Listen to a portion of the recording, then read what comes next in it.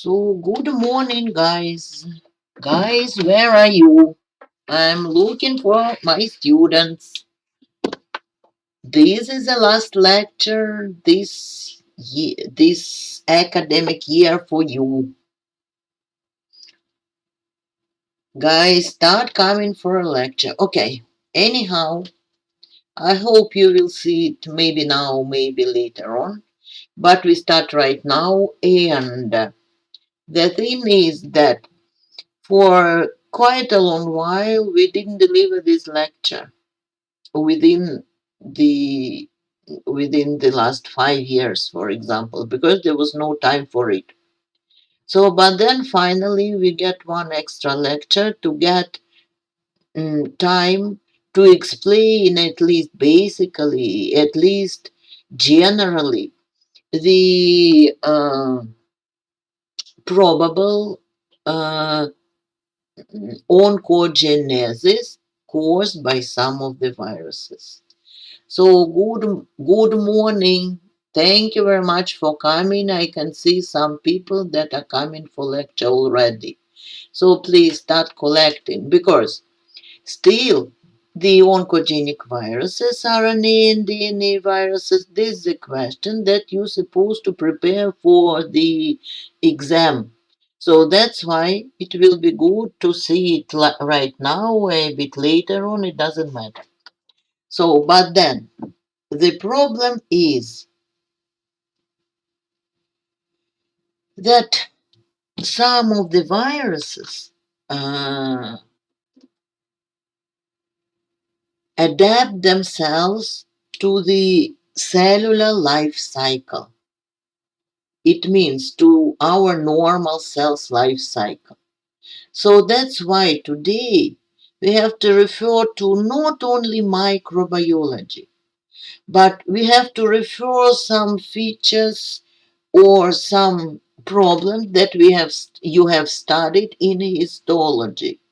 I just would like to remind you this a little bit because you're supposed to know the cell cycles better than me because I had studied it quite far ago, right? But then, at the very first picture of our lecture and the very first slide, you can see the most typical presentation of the uh, transformation of the normal cells with the virus, with the papillomas formation. And here also you can see the general uh, simplified scheme of almost any type of cancer development, right? So then we start right now with the,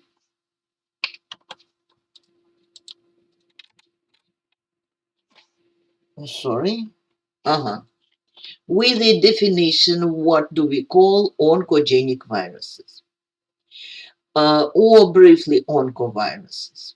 So these are viruses that can cause uh, cancer or tumor development. This term now refers to any virus with no matter whether it is DNA or RNA virus uh, that contains DNA genomes or RNA genomes. Because by now we know that both type of the viruses, DNA containing viruses and RNA containing viruses, are capable of causing cancer. So that's why this term is about both of them. And this is about the viruses that can cause cancer and is synonymous with the tumor viruses or cancer viruses.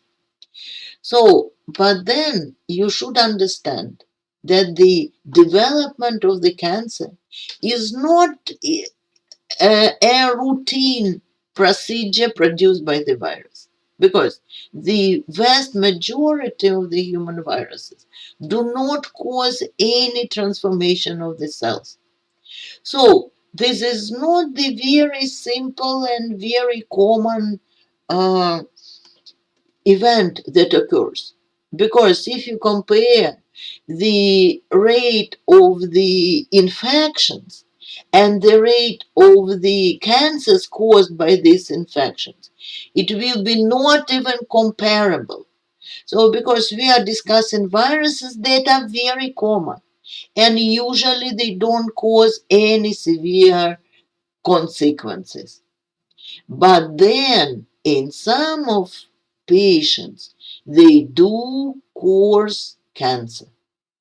So, if we estimate worldwide, uh, figure cancer viruses are estimated to cause 15 to 20% of all cancers in humans. But altogether, we have quite a lot of those viruses, so they may cause diverse uh, types of cancers. Generally, after infection in their hosts, tumor viruses or oncoviruses cause first, little or no disease, but that is most common. Then, they may cause non-neoplastic diseases, and this is a majority of the hepatitis viruses and herpes viruses, like EBV virus. But a very minority of persons infected with those viruses will go on to develop cancer after infection. So, cancer cells, as a result of the viral infection, may acquire the ability to grow uncontrollably. That is the most important point to discuss. This can result from having impaired control of their own growth signals, losing sensitivity to anti growth signals, and losing the ability to undergo apoptosis. Usually, the cancer is a series of mutations. Mutation that inactivates tumor suppressor genes, so cell proliferates. Mutation that inactivate DNA repair genes. Then mutations of proto-oncogenes create an oncogen. Then mutation that inactivates several more tumor suppressor genes, and as a result, we've got the cancer. So mutations lead usually to increased cell division. Viral infection contribute to the process through genetic alteration that most commonly produced by the series of mutations. And cancer cells don't experience biological aging. That is the problem. And you know that all aged cells in our body supposed to eliminate it from the body, but several mechanisms. So cancer cells don't experience that.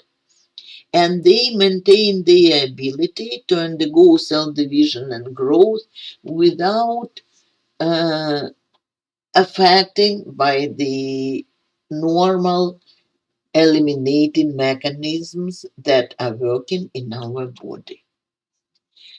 So, uh, how the initiation of the cancer development may occur with the help of the viruses.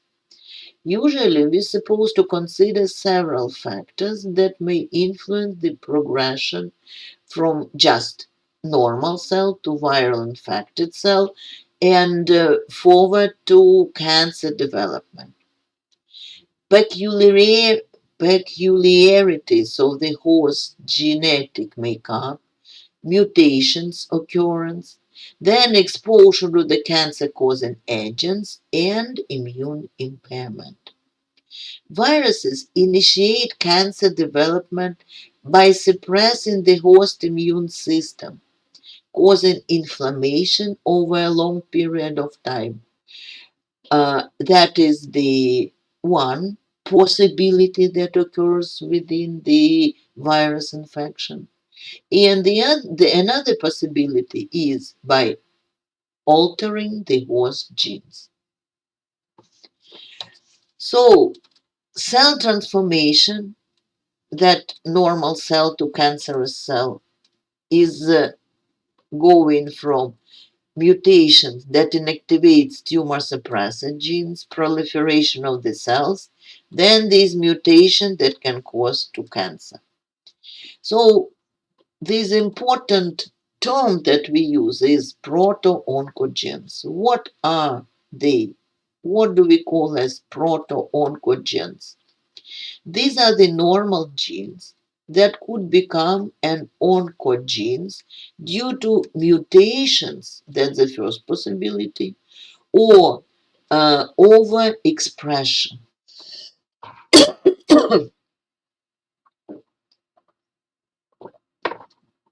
they, these two possibilities may occur.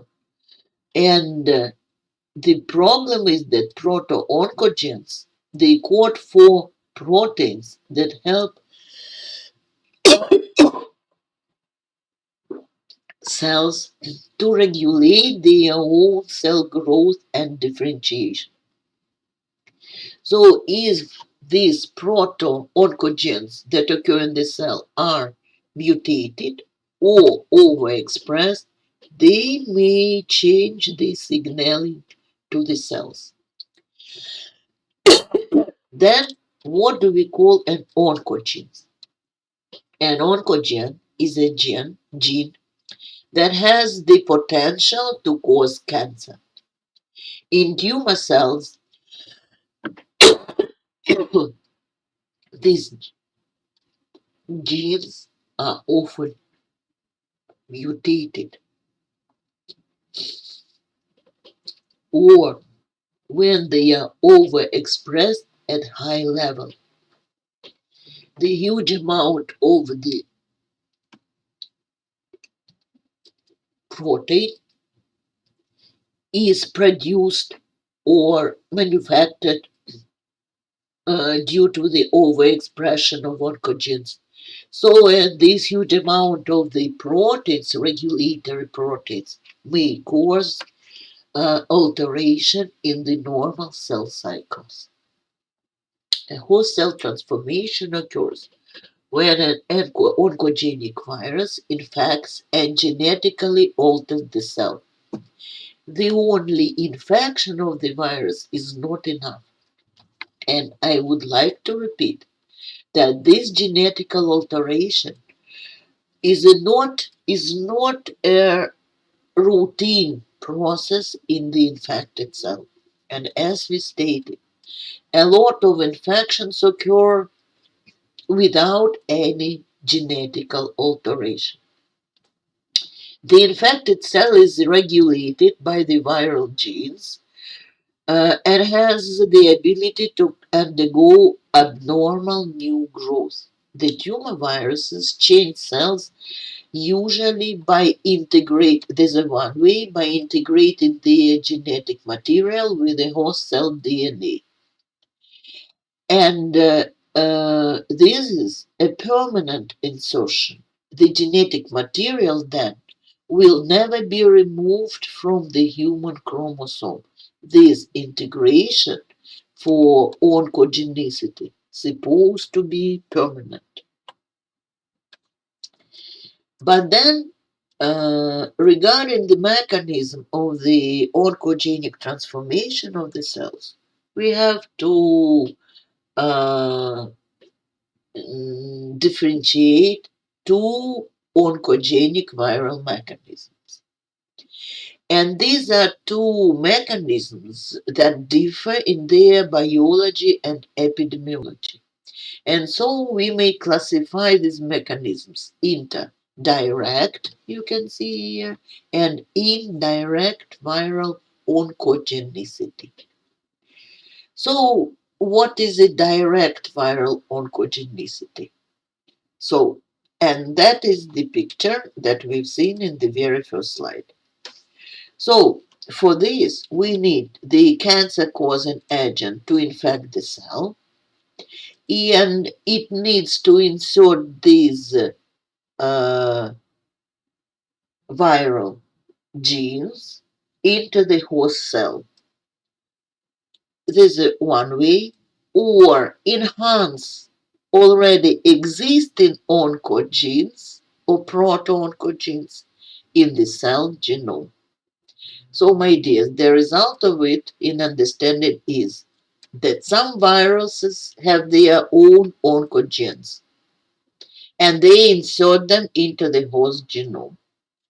Or if the viruses don't have their own oncogenes, they integrate with the host chromosome and enhance the cellular proto-oncogenes in the genome to make them overexpressed. That is direct oncogenic mechanism. So viruses also may produce indirect viral oncogenicity. And that is totally different story because this indirect viral oncogenicity involves chronic non-specific inflammatory response in the infected tissues. And usually, as for example, to hepatitis C virus, because if you remember, we have discussed that the uh, infections with human hepatitis C virus are tightly connected with the liver cancer. So, and that is the way uh, how RNA viruses without their own oncogenes may cause uh, oncogenic transformation of the cells. It occurs as a result of the inflammatory response. It occurs no, and they cause non-specific inflammation. Why non-specific? Because generally the signs of inflammation will be same in all those infections caused by different types of the viruses. But then the characteristic feature of this type of the oncogenesis that it occurs within a very long while. Usually the inflammation should occur over decades. The only then these viruses will be able to cause some with time transformation by affecting cells, the normal human cells, to produce inflammatory response. So now we'll talk a bit about direct tumor viruses. Usually they should insert the additional viral oncogenes into the host cell and will be the first way. Do you see here? That is the first way or the first approach how they cause the genetic transformation. Viruses can become carcinogenic when they integrate their own genome into the host genome. And the example of these viruses are papillomaviruses or hepatitis B virus. The insertion mechanisms may differ depending on whether the nucleic acid is the viral DNA or RNA. See, my dears, do you remember that some RNA viruses also may make a trick to enter the human chromosome, but then is a very specific way. First, DNA viruses. So they have DNA as their own genome, and DNA of these viruses can be directly inserted into the host DNA because the only DNA may integrate with DNA. So then, if you are talking about RNA viruses, they cannot integrate their own RNA with double-stranded host genome, human genome. So for this, they need to perform transcription of RNA into DNA, and then they should perform double-stranded DNA, so it will be a complete copy of viral genome, a complete DNA copy of viral genome. And they only then they may insert their genetic material into the host cell DNA. So, and usually direct tumor viruses have at least one virus copy in every tumor cell. So the every cell supposed to be altered. The genome of every single cell supposed to be altered with a complete copy of viral genome, and at least one. And this cell that is altered, the genome of which is altered, supposed to express at least one single copy of the protein or produce RNA that is causing the cell to become cancerogenous. The foreign virus antigens are expressed in tumors, usually. And immunosuppressed persons are at higher risk usually of this cancer because in our body there are quite a lot of the mechanisms regarding the immune response that are involved in the elimination of the altered cells. So by now we are not talking about the mechanism of repairing on the level of the genome alteration. But because you studied immunology, this is very important to understand, and you might remember several ways, quite a lot of ways, how the tumor cells can be affected. And these are the innate immunity mechanisms, tumor necrosis factor activity, and NK cells. And these are also the acquired immunity mechanism. This is T cytotoxic lymphocyte CD8 positive. But then, of course, it is understandable why immunosuppressed individuals so are predisposing for the direct viral oncogenesis. So, what can be said about the indirect viral oncogenesis? We stated that it involves chronic non-specific inflammation that occurs within a very long while of the infection. So, chronic indirect tumor viruses like human hepatitis C virus can be lost theoretically from a mature tumor that has accumulated uh, sufficient mutations and growth conditions, and this is hyperplasia, from the chronic inflammation of viral infection. Uh, by the way, here I would like to uh, underline that apart from the viruses, at least one bacterium is also recognized oncogenic, and we believe it causes the oncogenesis just like this mechanism, chronic inflammatory response that occurs for very long while. So in a list of onco or cancerogenic agents produced by Food and Drug Administration, that is very powerful United States association, right? So we have um, the bacterium Helicobacter pylori in Latin, pylori in English, that cause the peptic ulcer in humans. And we believe that the oncogenesis of this is similar with that of that. So, by causing chronic inflammatory response. In this case, theoretically possible that an indirect tumor viruses could undergo hit and run, and so the virus would be lost from the clinically diagnosed tumor. I mean, it may not be identified there. So here you please take a look at the list of human oncogenic viruses. You can see here that mostly they are DNA viruses.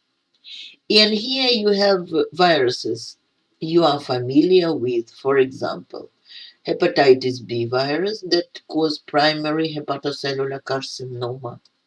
Then we have uh, at least two herpes viruses, and these are Epstein-Barr virus that is very well recognized as oncogenic virus that may cause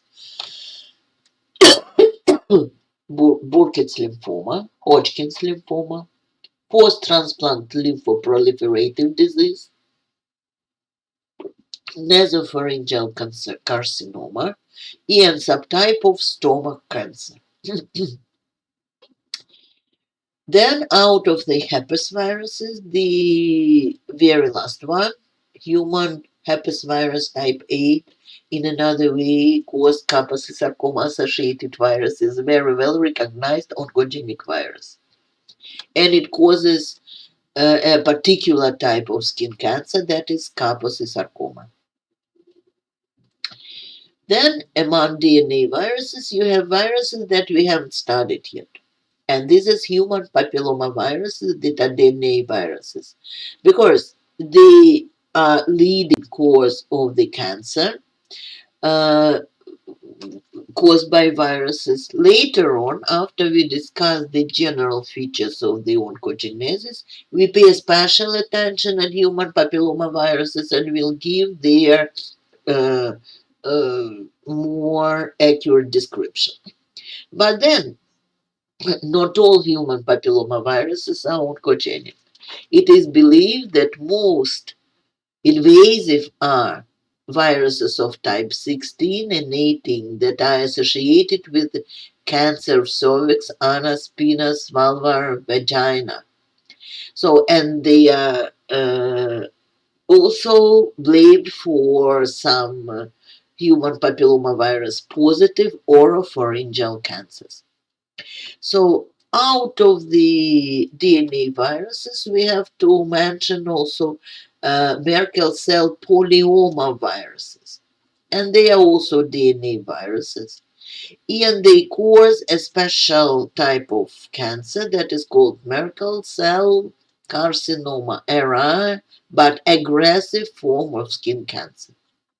These are DNA oncoviruses.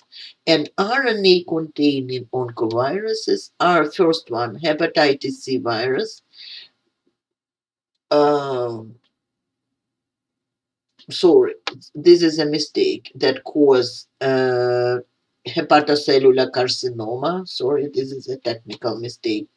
But then the way is different because this RNA virus, so it can cause it indirectly. And also we have human T lymphotrophic virus. And this is also RNA virus, but it originates from totally different family compared with hepatitis C. That is from filoviruses and human T lymphotropic viruses in from oncogenic oncornaviruses. And it causes in adults T cell leukemia. Few words about DNA oncoviruses. They typically impair two families of tumor suppression suppressor proteins. They uh, have influence on them. These are first one, tumor protein P53, and the second one is retinoblastoma protein, briefly RB. When the virus attempts to replicate its DNA, usually P53 can trigger cell cycle arrest, or there's a first type, and apoptosis in the infected cells. That what events depend on the P53 proteins that are anti-tumor suppressor proteins. So regarding retinoblastoma protein, The function is to regulate many essential cell functions, including a crucial cell cycle checkpoints, making the protein a target for viruses attempting to interrupt the regular cell function.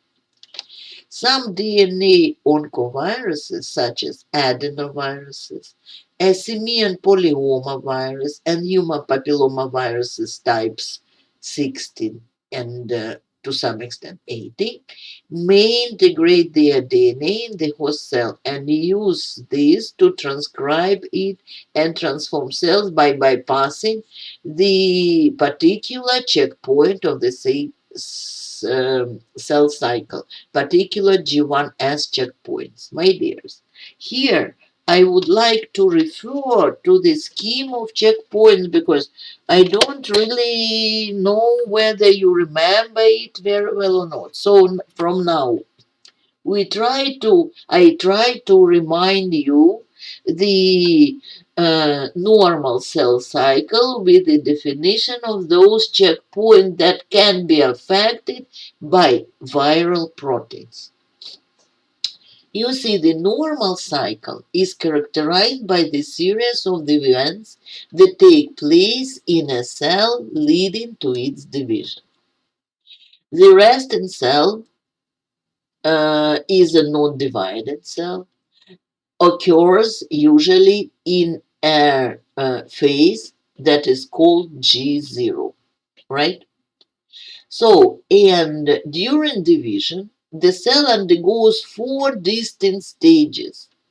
G1 of the cell growth, right? G1 cell growth, then S, within which the DNA synthesis occurs. So then S stage and S stage DNA synthesis, then G2 stage cell growth, and M stage where we have mitotic phase followed by formation of the daughter cell.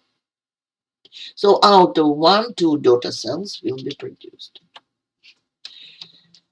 So cell cycle checkpoints are control mechanisms in the eukaryotic cell cycle which serve to ensure its proper progression from the G0 to G1 as G2 and M. So, and each checkpoint serves as a potential termination point along the cell cycle during which the conditions of the cells are assessed somehow. Due to checkpoints, the progression through the various phases of the cell cycle may occur only when favorable conditions are met. So, and then won't occur if not favorable conditions are there. So, first checkpoint is G1 as checkpoint of the normal cell. So, where we have the progression from the G1 to S.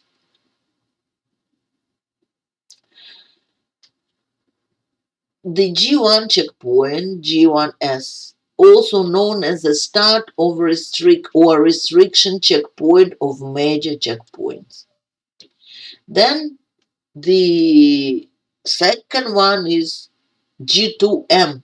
These are just major, of course, we won't discuss all. The second one is G2 to M checkpoint. And the M or metaphase to anaphase transition, the single checkpoint, the spindle checkpoint. Progression through these checkpoints is largely determined by the activation of cyclin-dependent kinases by regulatory protein subunits called cyclins.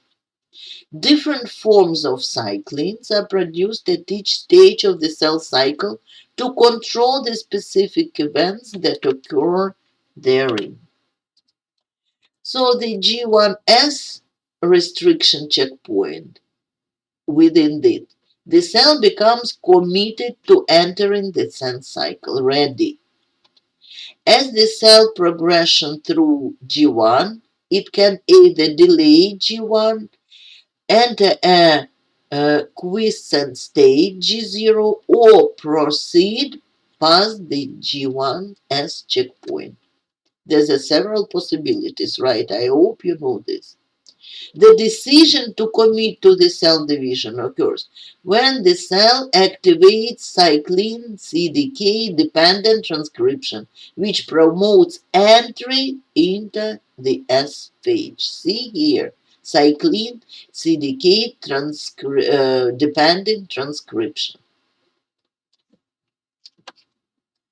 During early G1 stage, there are three transcriptional repressors or pocket proteins that bind to F transcriptional factors. EF transcriptional factor is a group of genes that encode a family of transcriptional factors of the enzyme of the proteins in eukaryotes. Activators F1, 2, and F3, and some others. And among them, we have not only activators but also suppressors E2F3B and E2F4A.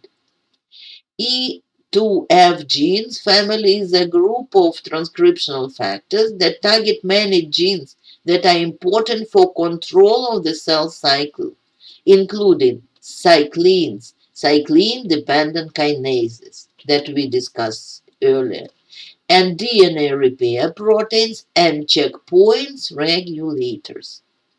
That transcriptional repressors or pocket proteins that we mentioned here, right? Like E2F, are retinoblastoma protein and also P130 and P107. They bind to the E2F transcriptional factors to prevent progression past the G1 checkpoint. So that exactly misregulation of the E2F family is often found in the cancer cases, specifically this group of or this family of the proteins. The cellular transcriptional repressors, retinoblastoma and P53, regulate the transcription between G1 and S phase. These proteins arrest the cell cycle before DNA replication until the appropriate checkpoint inputs, such as DNA damage repair, are completed. See, they regulate they give time for the cell to repair its own DNA before it enters the DNA replication. Otherwise, it will be replication of uh, mutated DNA. So, P53 regulates the P21 gene, which produces a protein which binds to the cyclin D CDK6 complex. This prevents retinoblastoma phosphorylation. By this, it will be inactivated and prevent the cell from entering S phase. Active retinoblastoma unphosphorylated protein inhibits the E2F family of transcriptional factors.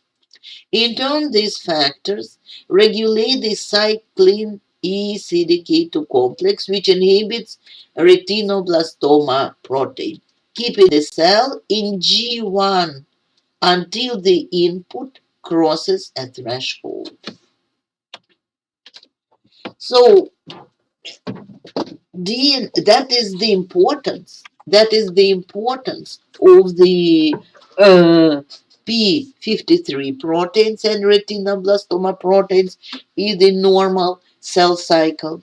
And then we take a look at the oncogenesis caused by DNA viruses, while we know already the function of P53 and the retinoblastoma protein. We won't refer to their function anymore. But you have to remember at least the most important thing. that it gives time for the cell to repair its DNA before it progresses to DNA replication in the cell cycle. Now, what do the oncoviruses? DNA oncoviruses transform infected cells again by integrating with the viral DNA into the host cell genome.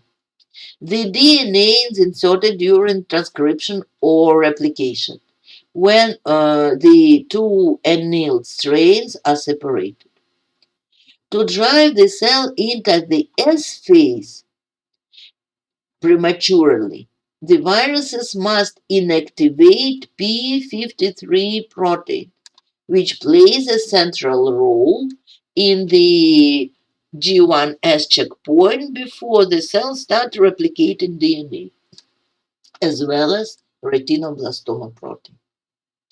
Then, after integration, that is a result of the normal life cycle of the virus.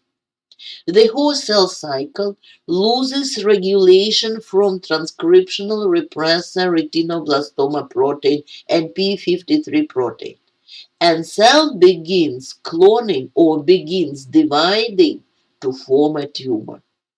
So the cell freely cross the checkpoint and start DNA replication and growth.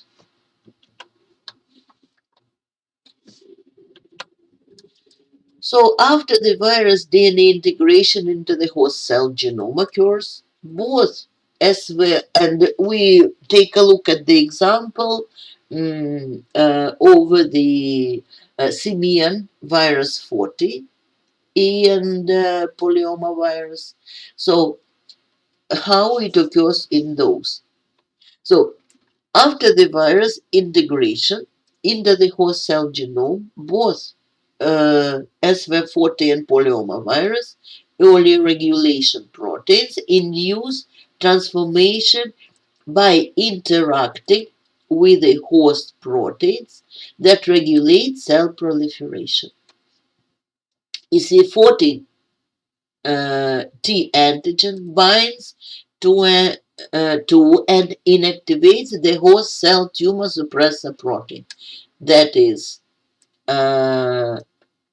transcriptional protein, retinoblastoma, and p53, which are key regulators of the cell proliferation and cell cycle progression. So, viruses may inactivate p53 in different ways. So here we have examples of three types of the viruses: adenoviruses, SV40 viruses, and human papillomavirus. Adenovirus, early region 1b protein, prevents p53 from regulating genes. Only one protein binds to the site of p53, which binds to the genome, by this preventing its binding to the genome. So that's how p53 is inactivated by adenovirus. Then in SV40 viruses, the viral large T antigen binds to other proteins, and these are P107, P130 cellular proteins. So LT binds to P53's binding domains on the DNA, preventing P53 from appropriate regulatory genes. So, two ways. And human papillomavirus has another way. It degrades P53. So the human papillomavirus early 6 binds to the cellular E6 associated protein and forming complex with that causes the rapid and specific complete inactivation of the P53. But then the second target, that is P130, retinoblastoma cell protein is inactivated, thereby allowing the G1S transition to progress unimpeded by different but analogous viral oncoproteins.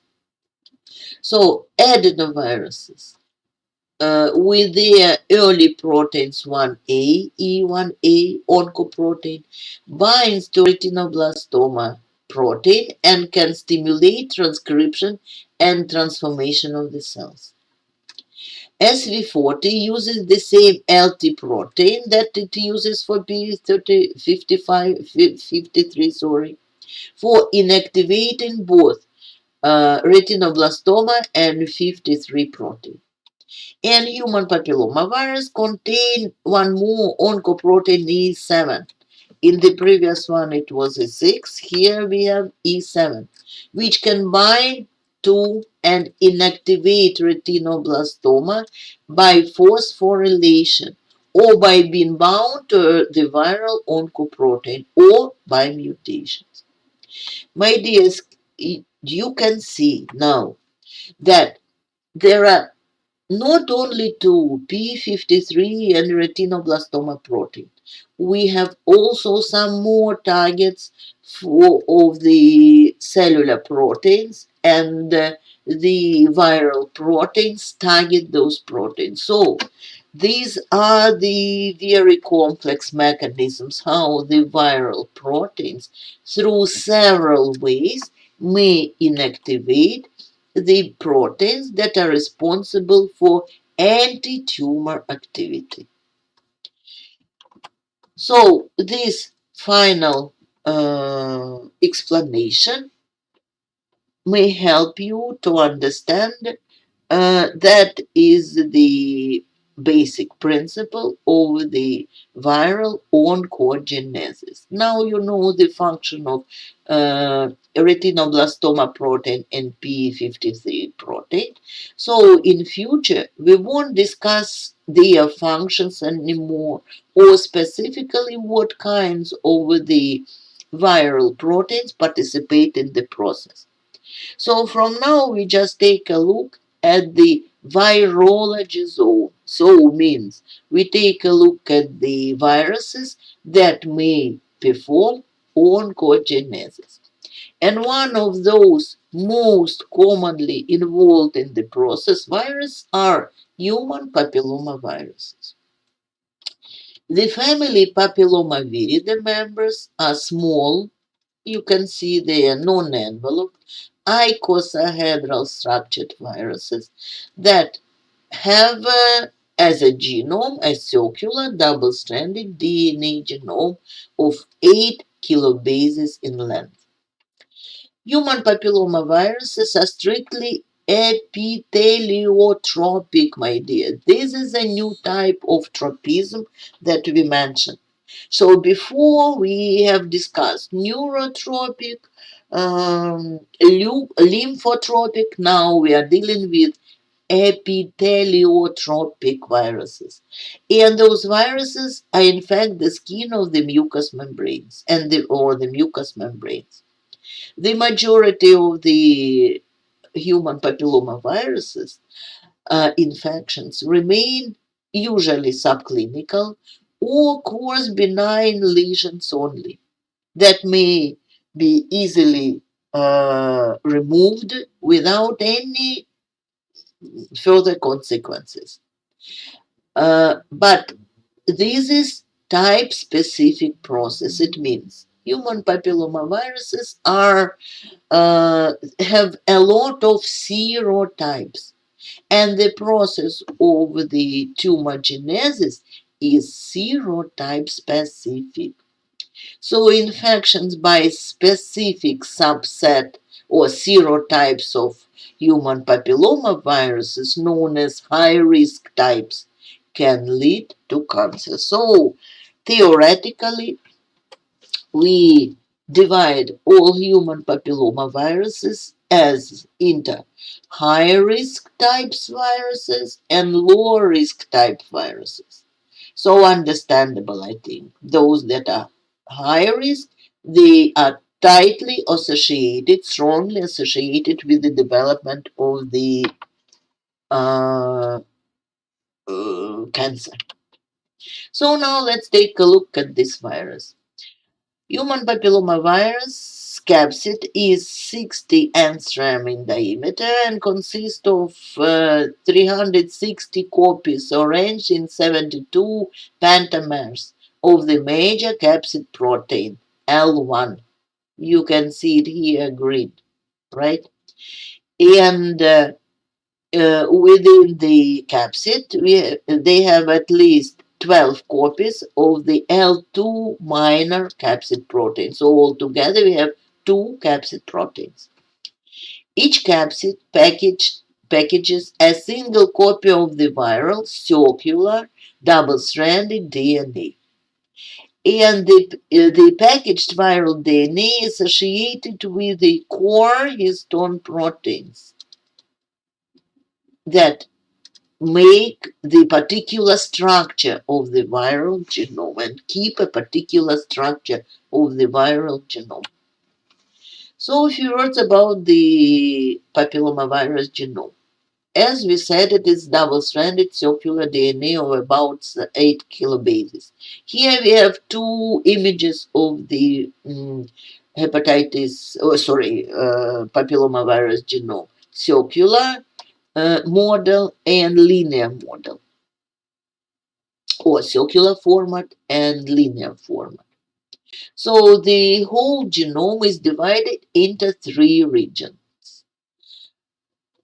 The early genes from E1 to E7. All E proteins are encoded by early genes. Then B late genes, and they are labeled as L1 and L2.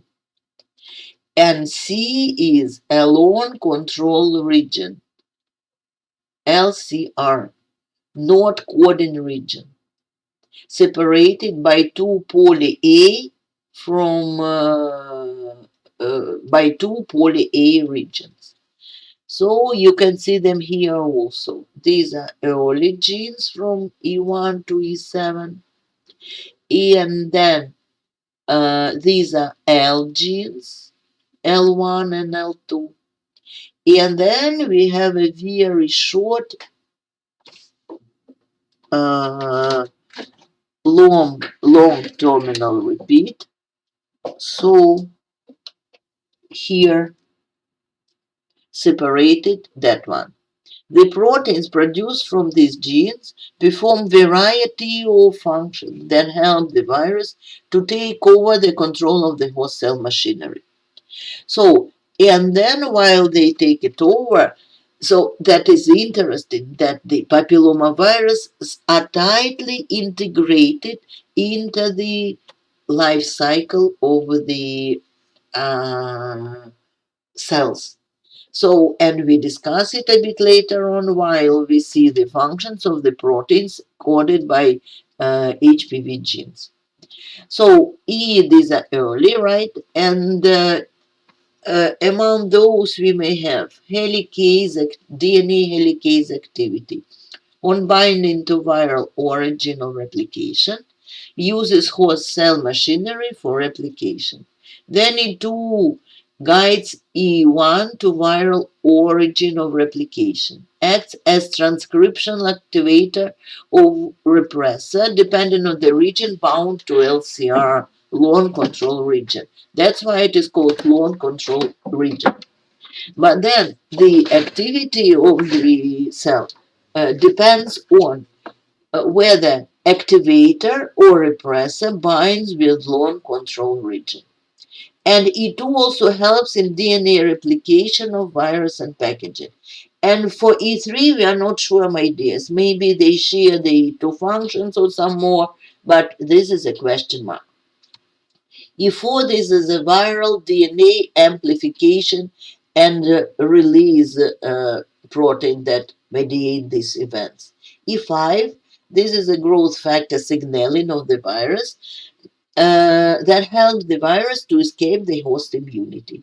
E6 combines with the ubiquitin ligase and causes degradation of tumor suppressor protein p53. You know now the function of p53, you know how it is important. So the E6 acts as an oncoprotein to escape from apoptosis. Do you remember? We mentioned E6 in the general scheme, refer to it, how the P53 is inactivated. Then E7 is also oncoprotein. It acts by activating cellular proteasomal degradation system to decrease uh, retinoblastoma tumor suppressor.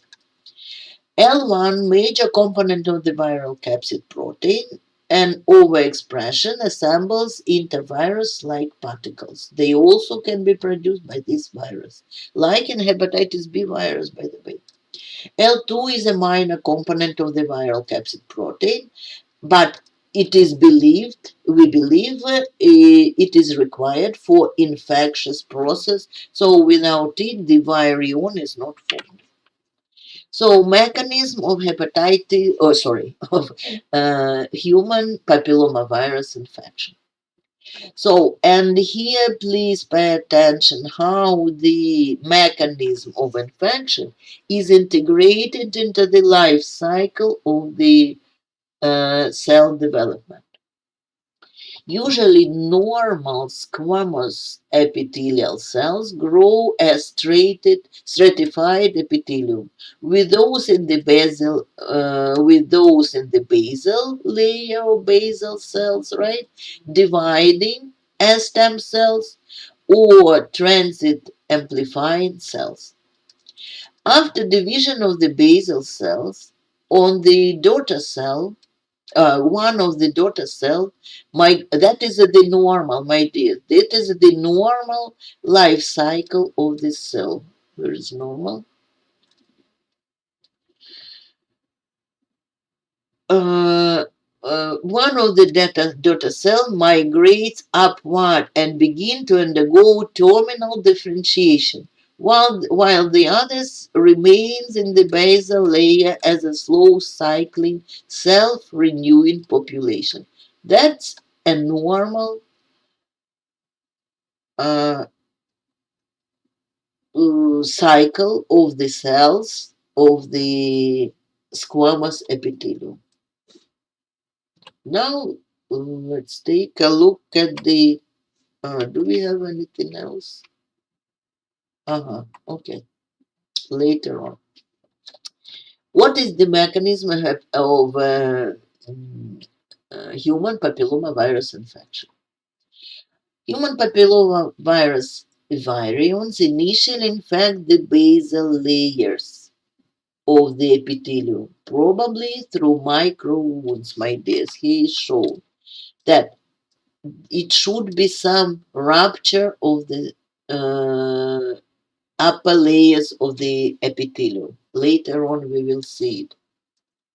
So, the virion enters cells via interaction of L1 protein with the certain receptors such as alpha 6 integrins for papillomavirus type 6.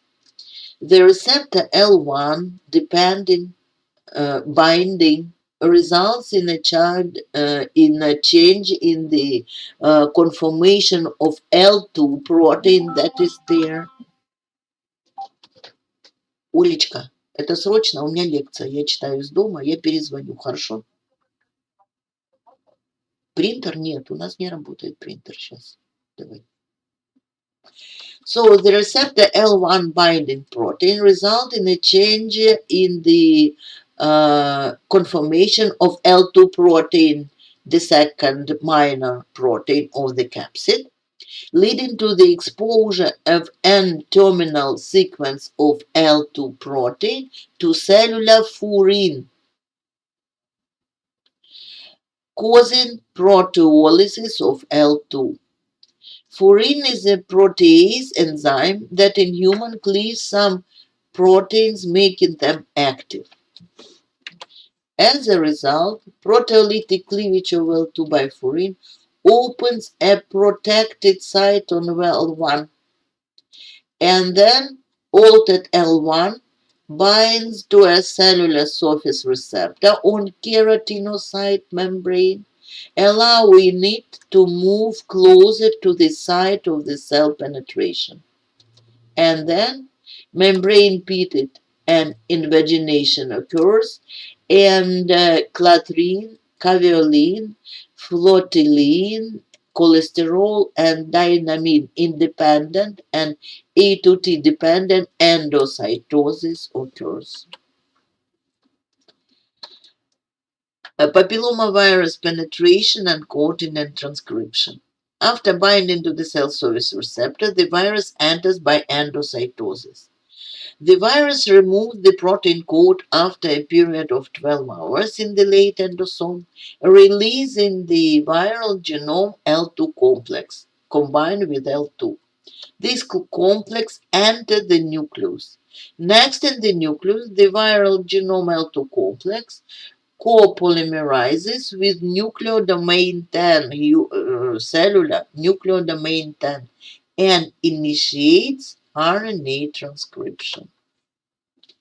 So now we see the infected cell at the basal layer. Low level of viral DNA are synthesized, usually 50 to 100 genomes per cell. The early papillomavirus genes E1 and E2 support the viral DNA replication and its segregation. The infected stem cell can be maintained in the lesion for a very long period of time. Then, as infected daughter cells migrate to the upper layers of the epithelium, viral late genes produce uh, products are produced to initiate the vegetative phase of the papillomavirus life cycle, resulting in high-level amplification of the viral genome here. See, viral replication at the very high level of the replication. Other early genes, E5, 6, 7, are considered to coordinate at a host cell environment suitable for the viral DNA replication. This host cell environment managed by mainly E6, E7 genes, sometimes induced host cell cellular DNA synthesis, and they prevent apoptosis of those cells. In the outer layer of the epithelium, the viral DNA is packaged into the capsids, and progeny virions are released to reinitiate infection. In addition, papillomavirus E6 and E7 oncoproteins bind to interferon regulatory factors and inhibit their transcriptional activity. So human papillomaviruses can remain as persistent asymptomatic infection when new virions are not produced. So, as papillomavirus infections can continue for years and even for decades, cells may acquire high level expression of E6 and E7 through mutations and integration of the viral genome into the human genome. These events is necessary for transformation of the cells. Such cells could become immortal and tumorigenic. Overexpression of these 6 and 7 is usually achieved by accidental integration of the viral genome into a host chromosome. So this is a not regular event, but the result of long-term persistency of the virus in the cells. This transformation is caused due to the interference of the E6 and E7 with the cell cycle control and apoptosis. E6, the most manifest function of this oncoprotein, is to promote degradation of P53 53 through E6 interaction with the cellular protein, uh, E6 associated protein. This is E6 associated protein. And E3 ubiquitin ligases. And E7 usually, E7 protein of the high risk uh, types of the papillomaviruses can cause degradation of retinoblastoma protein with the help of cellular proteasomes activation and degradation of this protein. So what happens on this picture? Where we have the infection of the virus through the basal epithelium. So the different cells, layers of the epithelium and the viral events occurring within them are indicated on the uh, left part, and on the right part you will see the transformation of the cells respectively. So the uh, events that occur as a result of this. So if virus infection occurs, so in the basal epithelium, so then uh, the cells, viral genomes established and in the basal epithelium and can be maintained here in a very long while. But then, if we have overproduction of V6 and V7 and the integration of the viral genome into the cells, the viral genome undergo amplification, viral lay genes expression, so we have the development over the viruses, and we have the packaging of the viruses and release of the new viruses, but then we also can see the changing and oncogenic transformation of the cells that undergo uncontrolled cell division. So you can see how the histology of the layers will be changing within the viral replication. So we can see the uncontrolled growth of the cells. So high risk papilloma types. Altogether, we have around 100 different papilloma virus types. But then about 40 of them can infect the genital area. So, but two high-risk types of papillomaviruses are defined. These are types 16 and 18 that account for about 70 of all cervical cancer cases. Papillomavirus can also cause other types over the anogenital cancer.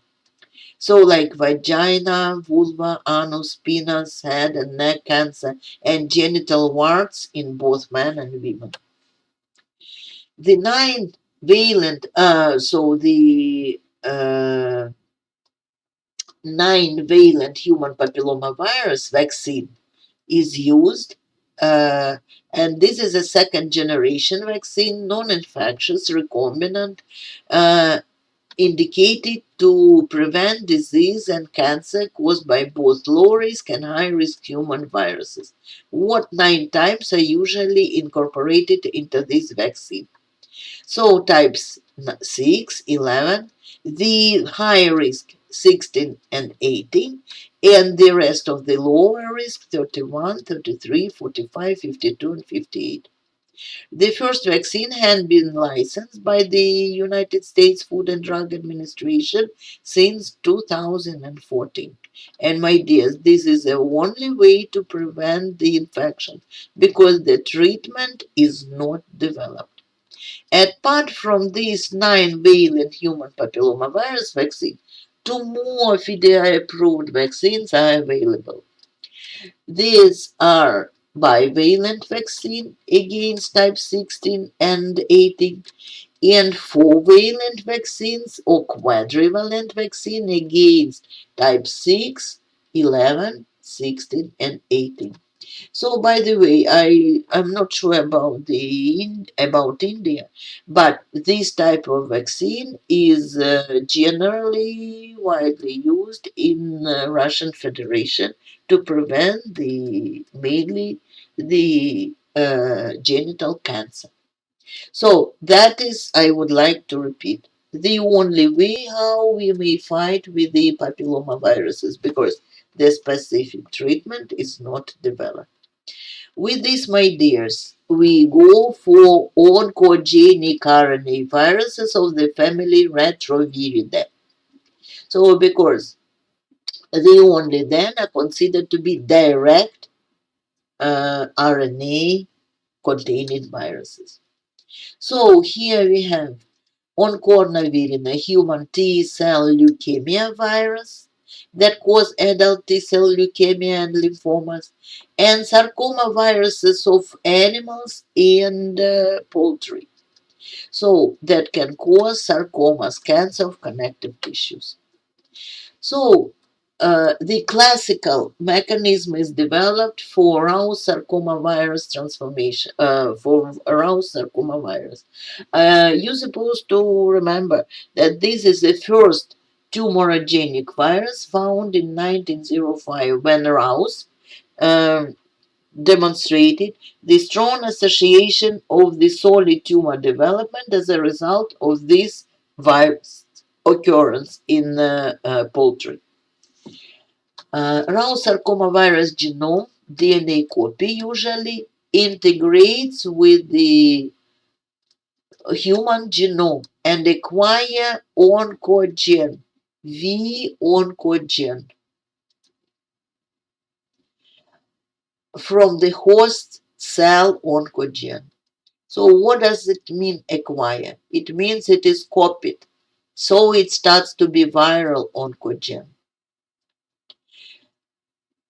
This is oncogene is a gene that has the potential to cause cancer, but that is the human oncogene.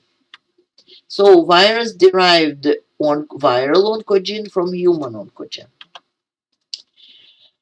Then second, the SCR genes is oncogenic as it triggers uncontrolled growth of the host cells. It was the first retroviral oncogenes to be discovered. This, why it is called SCR, sarcoma, uh, aroused sarcoma virus, right? That can cause cancerogenesis. This protein is a tyrosine kinase involved in regulation of the cell growth and differentiation. So, no virus-coded oncogene has been detected in HTLV1, which appears to have a distinct transforming mechanism. It carries a trans-activating genes, or so-called tags, which is required for replication and can transactivate several cellular genes whose expression could lead to the transformation by an autocrine mechanism. So the development of HTLV-induced leukemia in vivo illustrate that multiple genetic events are necessary for transforming from the infected cells to leukemic cells. You can see that many events occur. First, transcriptional abnormalities should occur. Then, signaling dysregulation of the normal cell cycle. Then some cell cycles disorders and the loss of the particular mRNAs. Then proliferation, anti-apoptosis, invasiveness, and drug resistance is typical for the cells that occur as a result of these genetic and epigenetic abnormalities. So the tax proteins activate transcription from the viral promoter via assassin with the cellular basic leucine zipper factor for cyclic AMP response element binding protein. This is HBZ. That's what we have here. So, my dears, but still, we know not much about the HTLV cancerogenesis, why in some cases it may cause oncogenic transformation. This is the speculation and the hypothesis of how HTLV causes oncogenic transformation of the cells. So, in other words, we are not absolutely sure on this, but that is a speculation. My dears, with this I would like to finish my last lecture, and I hope you understand a bit of it. So then, uh, take at least general parts of it to explain it during the examination. With this, I would like to end up and see you on exams, my dears. Goodbye, my dears.